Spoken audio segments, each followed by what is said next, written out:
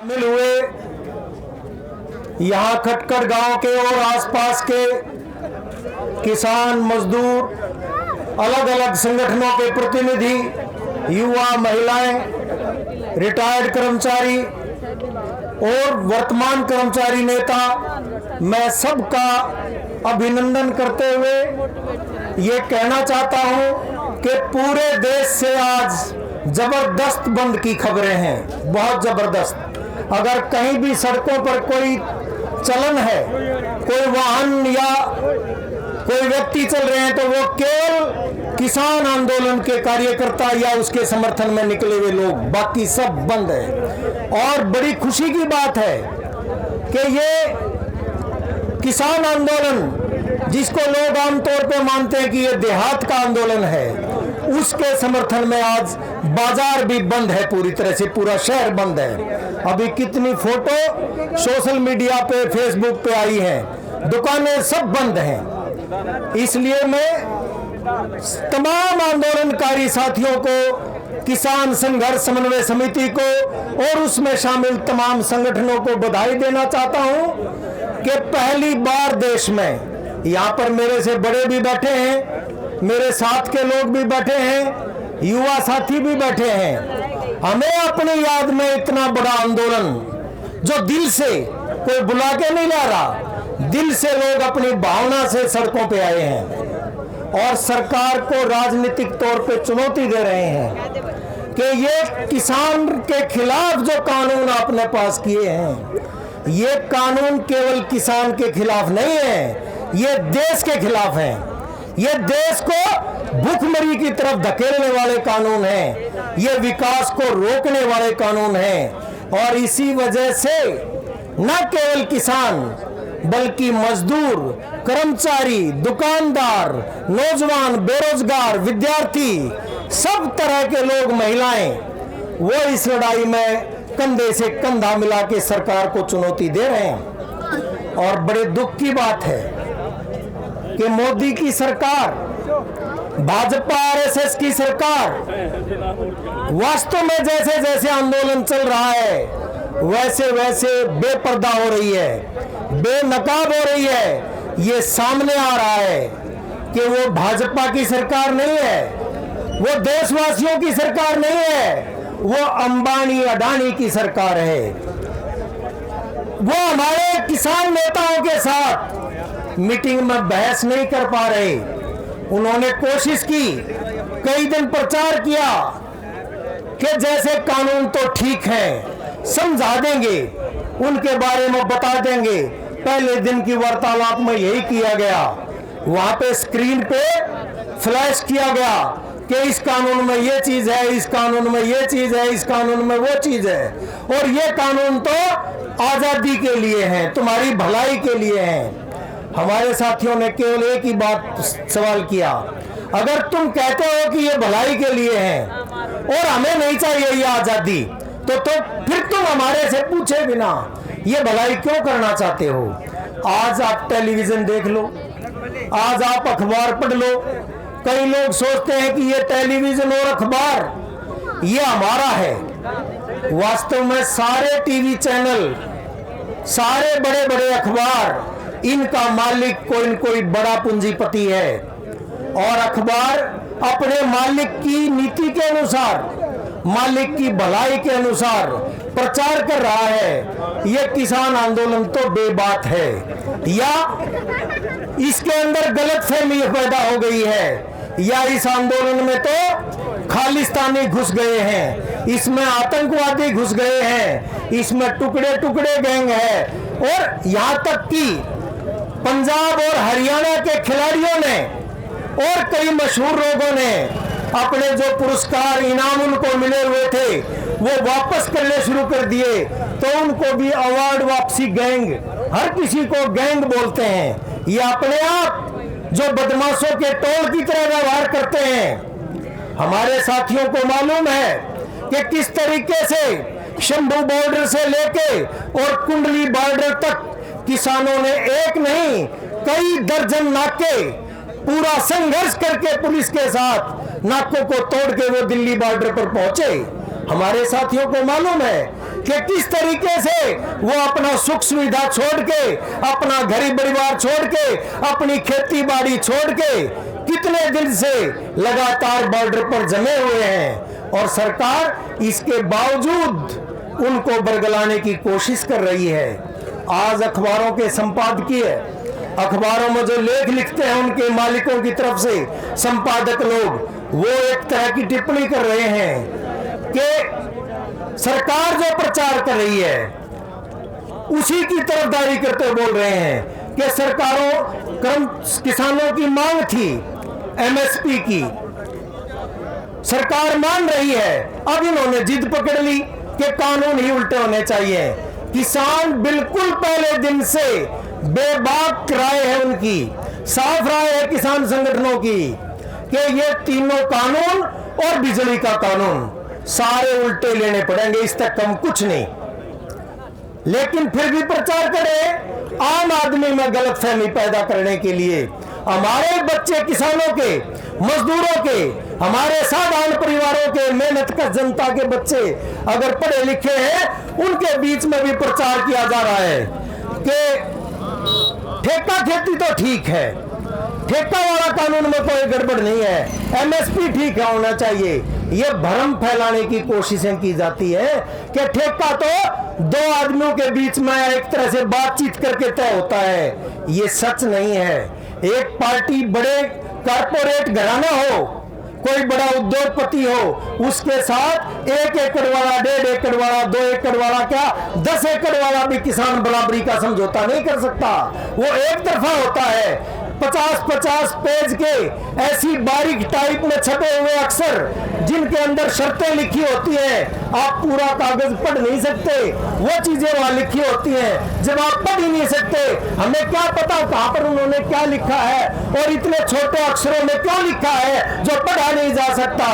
और बाद में जब समझौता हो जाता है उसी का दुरुपयोग किया जाता है। मैं आपको बिल्कुल साक्षात उदाहरण बता रहा हूं। मेरी पहले 15 साल की नौकरी यमुनानगर साइड में थी। वहां पे आइसजेट मिल है एक यमुनानगर में, वो पॉपुलर पेड़ लगवाती थी किसानों से, पॉपुलर के 7 साल के अंदर वो बड़ा होता है पेड़, उसकी पूरा तैयार होता है।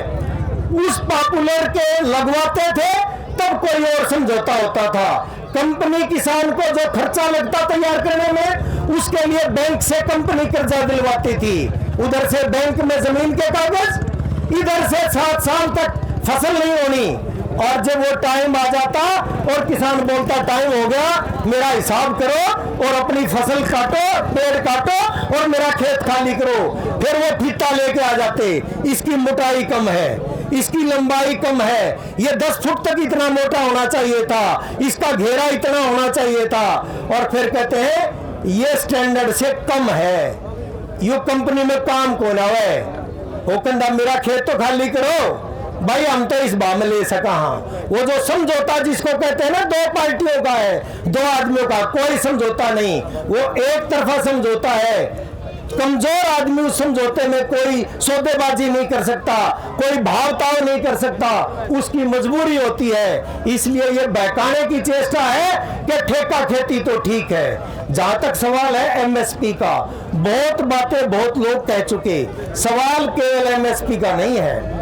एमएसपी का मतलब क्या है पहले ये समझने की जरूरत है। स्वामीनाथन आयोग बने इस देश में, क्या वजह है कि किसान पूरे परिवार के साथ सारा साल 365 दिन 24 घंटे दिन रात ना केवल खुद काम करता है, बल्कि बाल बच्चों से लेके 8-10 साल के बच्चे से लेके और 70 साल के बुजुर्ग तक सब खेत में मेहनत करते हैं। इसके बाद भी वो तंग क्यों है? उसके बच्चों के लिए अच्छी पढ़ाई की व्यवस्था क्यों नहीं है? उसके बच्चों के लिए रोजगार का प्रबंध क्यों नहीं है? वो बीमार हो जाए तो उसके लिए इलाज का प्रबंध क्यों नहीं है? इतनी सारी स्थिति होने के बावजूद, इतनी मेहनत करने के बावजूद वो कर्जदार क्यों है? ये सवाल का जवाब आज पिछले 70 साल में आजादी के बाद, जब यहाँ अंग्रेज था तो हम ये कह लेते थे कि दूसरे देश की सरकार है वो लूट रही है। अब ये काले अंग्रेज यहाँ पे आके ये भी वही लूट रहे हैं। और आज मैं आपको सभी साथियों से आग्रह करूंगा, बहुत से साथी अखबार पढ़ना जानते हैं, जो नहीं जानते वो किसी से सुन लेना। आज के अखबार पढ़ लो, एक बार पता लग जाएगा। वो तर्क दे रहे हैं कि ये कानून इसलिए बनाने पड़े हैं, किसान की आजादी के लिए नहीं, इसलिए बनाने पड़े हैं कि हम नए कानूनों के तहत किसान की मदद, सब्सिडी, सस्ता खाद, बिजली, पानी, जो भी सुविधा मिलती है उसने तो कम कर दिया, और फसल सस्ती हो जा और लागत खर्च कम हो जा, फिर यह फसल हम बाहर बेच लें। इसलिए इसका मतलब क्या है? इसका मतलब यो है ना तो किसान को उसकी मेहनत का फल देना, और जो आज सरकार खरीद करती है एफसीआई और दूसरी एजेंसी के जरिए, सरकार क्या खातिर करे खरीद भाई? इसलिए करती है सरकार, सरकारी महकमा में जो खपत हो वह काम आ जा, साथ में सरकार कुछ पैसा लगा के सब्सिडी दे के किसान की फसल को भाव पे खरीद ले, और जो बेजमीना है, जो गरीब है, जो बीपीएल है, जो साधनहीन है, उसने कोटे में सस्ते खाने में पेट भर जाए उसका भी। अगर कल ये सिस्टम बंद हो गया तो केवल किसान की पिटाई नहीं होनी, मजदूर को, गरीब आदमी को जो सस्ता अनाज मिलता है, सरकार के कोटे में अनाज नहीं होगा, तब कहेंगे तारे खाते में सब्सिडी डाल देंगे। रोज ये प्रचार करें ना, सीधा खाते में आएगा पैसा। गैस का डालन लगे थे 14 में, जिस दिन 14 में गैस का डालन लगे उस दिन सिलेंडर 420 का मिलता था हमें। फिर इन्होंने सब्सिडी डालनी शुरू कर दी, तो शुरू में 100, 150, 102, 103 ऐसे सब्सिडी देनी शुरू करी, और धीरे धीरे पिछले महीने जो सिलेंडर आए, आज तो सिलेंडर होगा 653 का, सब्सिडी का पता लग जाएगा 1-2 दिन में क्या रुपये डाले। पिछले महीने 603 रुपए का जब सिलेंडर था तो 6 रुपए 70 पैसे सब्सिडी आई। इसका मतलब क्या है? नकद के बहाने धीरे धीरे असल कीमत बढ़ा देंगे और सब्सिडी नहीं देंगे। आज तो ये गारंटी है ना गरीब आदमी में, ज्यादा 2 महीने में 20 किलो 25 किलो गेहूं चावल खाने में दाने हो जाएंगे, बालक कम से कम और के में सब्जी नहीं होगी और कुछ नहीं होगा, कम से कम में रोटी नहीं मिल जाएगी। आज यह तो कम से कम गारंटी है। इस व्यवस्था को भी खत्म करना चाहते हैं। मैं ये बताना चाहता हूं, इसीलिए मजदूर भी ये बात समझने लगा और उसको समझनी चाहिए, और किसान भी ये बात समझने लगा है कि ये सारा झगड़ा केवल किसानी का नहीं है कि ये मजदूर को बहका दें कि भाई तारे के फर्क पड़े हैं, बल्कि अनाज सस्ता होगा तो तुम्हें ठीक मिलेगा। हमें राशन की दुकान पे जो अनाज मिलता है उससे सस्ता अनाज बाजार में कोई नहीं मिल सकता, संभव नहीं है। ये कहीं पर भी दुनिया में प्रैक्टिस नहीं है, और एक कुदरत का नियम है। अपन वाले मान ले अपना कोई बालक शहर में दुकान कर ले, क्या की भी कर ले, आदत की कर ले, करियाने की कर ले, और हार्डवेयर की कर ले, जनरल स्टोर खोल ले, दवाइयाँ की खोल ले, क्या की खोल ले, क्या खातिर खोल लेगा भाई? 10 रुपये बनाने खातिर खोल लेगा, 10 रुपये मुनाफा होगा तो खोल लेगा। प्राइवेट कंपनियों को, प्राइवेट साहूकारों को खेती में लाने का मतलब है वो इसमें भी मुनाफा बनाना चाहे हैं। इससे पहले वो केवल व्यापार में और उद्योग में, कारखाने में मुनाफा बनाते थे, आज वो खेती में भी मुनाफा बनाना चाहते हैं। आज वो प्राइवेट स्कूल कॉलेज शिक्षण संस्था बना के वहां पे भी पैसा बनाना चाहते हैं।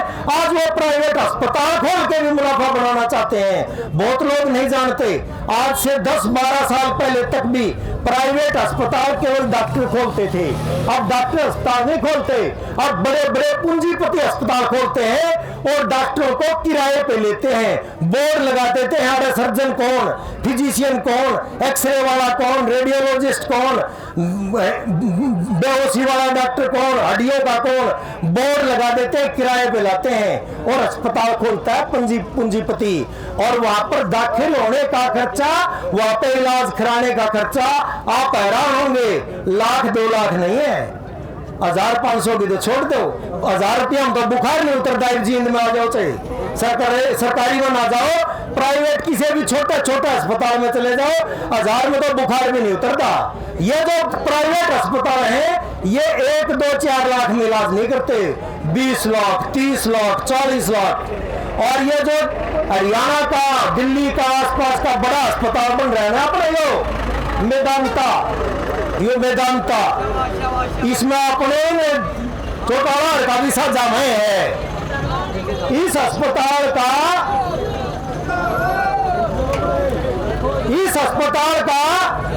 ये जो गुड़गांव में मेदांता खोल रखा है, इस अस्पताल का 100 में तो 70 रुपया की आमदनी। समझन की बात है या? समझन की बात है या? कई हमारे कर्मचारी भाई, रिटायर्ड कर्मचारी भाई न्यू मांग करा करे के हमारे को तो पैनल वाले अस्पताल में भेज दो सरकारी की बजाय। हम कहते हैं सरकारी अस्पताल, डिस्पेंसरी, छोटा बड़ा, उड़े पूरे डॉक्टर लाओ, पूरा प्रबंध करो, सारी मशीन लाओ, सारे टेस्ट हो, पूरा स्टाफ उड़े लगाओ, इलाज उड़े होना चाहिए फ्री में हर एक का। चाहे कोई मजदूर है, चाहे कोई किसान है, चाहे कोई नौकरी वाला, चाहे कोई बिना नौकरी वाला, सरकारी अस्पताल में इलाज हो और बिना पीछे इलाज हो। मैं चर्चा कर रहा था, ये जो मेदांता खुल रहा है ना गुड़गांव में, बड़ा अस्पताल, उसका काफी बड़ा प्रचार है। और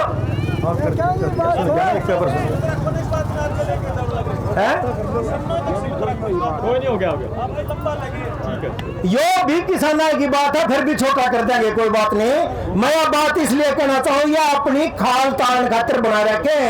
कई भाई सोचे हैं कि मेरी बात तो सीधी खेत, फसल, उसकी बिक्री, अनाज, खाद, इस पर ताल्लुक रखे है। कोई आदमी समाज में ऐसा नहीं है जो इस पर ताल्लुक नहीं रखता। अलग अलग सरकारी एजेंसी पढ़ाई की, स्वास्थ्य की हमारे से खाल उतारती हैं। मैं आग्रह करना चाहता हूं कि ये जो खेती के 3 बिल हैं, अगर एमएसपी स्वामीनाथन आयोग के हिसाब से असली लागत खर्च पे 1.5 गुना मुनाफा नहीं दिया जाता तो, और उस मुनाफे के बाद सरकारी खरीद नहीं होती, खरीद की गारंटी नहीं होती, तो एमएसपी घोषणा करने का भी कोई फर्क नहीं पड़ता। एमएसपी फिर कागज में रह जाएगा। फसल पे के लग गया, किसान की मजदूरी, उसके परिवार की मजदूरी जुड़े, ठेका पे जमीन ले रहा था उसका खर्चा जुड़े, और फिर वह उस पर 50% लाभ जुड़े और उस बात पर खरीद हो। यू एमएसपी है। लड़ाई का मतलब यो है। जहां तक सवाल है दूसरे कानूनों का, यह स्टॉक करने का मतलब है यू है कि आप तो स्टॉक कर नहीं सकते। हम गरीब किसान, छोटा किसान, क्या बड़ा किसान भी अनाज में एक फसल तक स्टॉक नहीं कर सकता। घना ठाडा होगा, महीने 2 महीने रख लेगा, उसने देनी पड़ेगी टाइम पे। स्टॉक कौन करेगा? बड़े बड़े पूंजीपति स्टॉक करेंगे। अगर ऐसे कानून पास होते हैं तो वो कानून हमारे खिलाफ है। इसलिए पूरे देश का किसान और खासकर हरियाणा पंजाब का किसान, क्योंकि वो दिल्ली के चारों ओर है, उत्तर प्रदेश का किसान, उसने राजधानी में जाके अपनी दस्तखत दी है। आज हम पूरे देश के नागरिक इस आंदोलन के साथ एकजुटता जाहिर करते हुए कहना चाहते हैं कि मोदी जी अकल से काम लोगे तो अच्छा रहेगा। अच्छा है कल की वार्तालाप में और चाहे बिना वार्तालाप में सरकार एक तरफा तौर पे घोषणा कर दे कि ये कानून रद्द, बिजली का कानून भी रद्द, और जो कानून इस अरसे में और पास किए गए, चाहे वो मजदूरों के खिलाफ है, चाहे दूसरी जनता के हिस्से के खिलाफ है, कोई भी कानून जो जन विरोधी है वो कानून भारत की संसद रद्द करे। और नहीं होगा तो लोग जागरूक हो चुके हैं, लोग समझदार हो चुके हैं, और लोगों ने ये संकल्प ले लिया है कि आज ये लड़ाई, आप में से जो पढ़े लिखे भाई हैं वो जानते हैं, वो इस बात सुन गया जी, थोड़ा शांत भी हो जाओ, ऐसी भी बात नहीं होती है कि कुर्ता पकड़ के बैठोगे। आज लोग इस बात के लिए जागरूक हैं कि आजादी की लड़ाई के टाइम पर भी ऐसा माहौल बना था कि जैसे ही देश दूसरा विश्व युद्ध खत्म हुआ, उस टाइम पर ऐसा माहौल हुआ था कि पूरे देश में, केरल में, बंगाल में, महाराष्ट्र में, आसाम में, उत्तर प्रदेश में, मध्य प्रदेश में, पूरे इलाके में किसानों के बड़े बड़े आंदोलन खड़े हुए थे। और वो किसान आंदोलन थे जिन्होंने अंग्रेज सरकार को मजबूर कर दिया 1 साल के भीतर कि देश छोड़ के जाना पड़ेगा और कोई रास्ता नहीं होगा। बाद देश छोड़ के जाना पड़ेगा। हम मोदी को यह चेतावनी देना चाहते हैं, अगर कल यह कानून वापस लेने का फैसला लागू नहीं हुआ तो यह देश का किसान, देश की मेहनत कश जनता एकजुट है और फिर मोदी सरकार के लिए एक राजनीतिक चुनौती भी बन जाएगी। लोगों से, खासकर किसानों से पंगा लोगे तो कुर्सी पर नहीं रह सकते। इसी संकल्प के साथ मैं अपनी बात खत्म करता हूं। इंकलाब